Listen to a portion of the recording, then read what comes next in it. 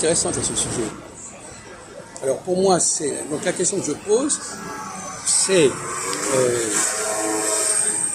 vivre dans une ville comme Paris, est-ce que quelque part, qu'est-ce que ça renforce sur le plan psychique, sur le plan spirituel, plutôt que de vivre dans une ville nouvelle qui n'a pas vraiment de passé, où les choses ont été construites depuis quelques années, quelques décennies, etc. En quoi ça peut influer sur le psychisme, sur la réflexion, sur la conscience du monde, même sur la transcendance, etc.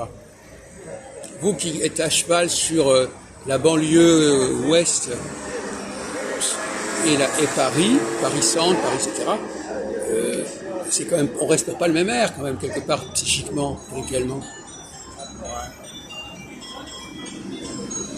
Par exemple, imaginons par exemple vous êtes sur par exemple la Tour Eiffel. Bon, la Tour Eiffel c'est encore relativement récent.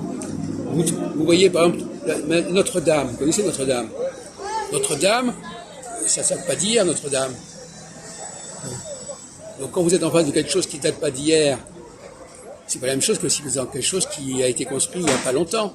Ouais. Non? Oui, sûrement, oui. Bon, bah alors qu'est-ce que ça change dans votre psychisme de côtoyer en permanence des endroits qui appartiennent à un autre temps en quelque sorte, qui ne sont pas, qu'on peut pas construire aujourd'hui. On parlait tout à l'heure du plan divin, etc. Bon, plus quelque chose est neuf, moins ça développe le sens du respect de l'histoire, du respect du passé, non? Ouais, sûrement, ouais. Ben oui. Quand vous êtes dans le centre de Paris, par exemple, je sais pas, sur l'île de la Cité, l'île Saint-Louis, etc., vous dites que c'est pas des choses qui se sont faites aujourd'hui. Ouais. Donc ça renvoie à la transcendance.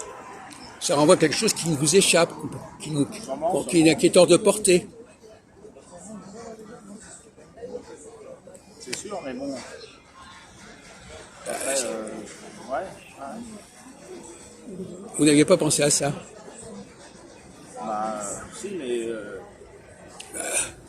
Je sais pas, votre cerveau, il fonctionne différemment. Vous dites, oh là là, mais je suis devant un monument, l'Arc de Triomphe, Notre-Dame, la Sainte-Chapelle, etc. C'est des choses qui viennent d'ailleurs, qui viennent d'un autre temps. Je suis aussi un truc qui vient d'un autre temps. Pardon? Il y a des maisons qui datent du XIVe siècle.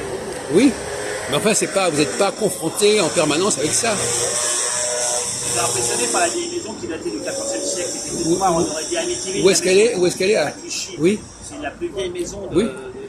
Ben oui. Donc ça elle a été détruite maintenant. Elle était toute noire, elle avait une sorte de décoration. Ah, c'est dommage. On aurait dit Amityville, la maison du diable. On aurait dit que c'était une maison bizarre, elle était inoccupée.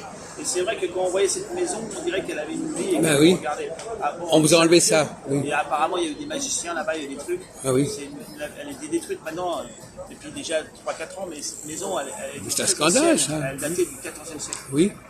Et il y avait aussi un autre endroit, pas loin, il y avait le truc en fer là, pour attacher les chevaux. Là. Oui, oui. Je sais plus comment on appelle Moi ça. non plus. Enfin, Le Dagobert, le roi Dagobert. Ah oui.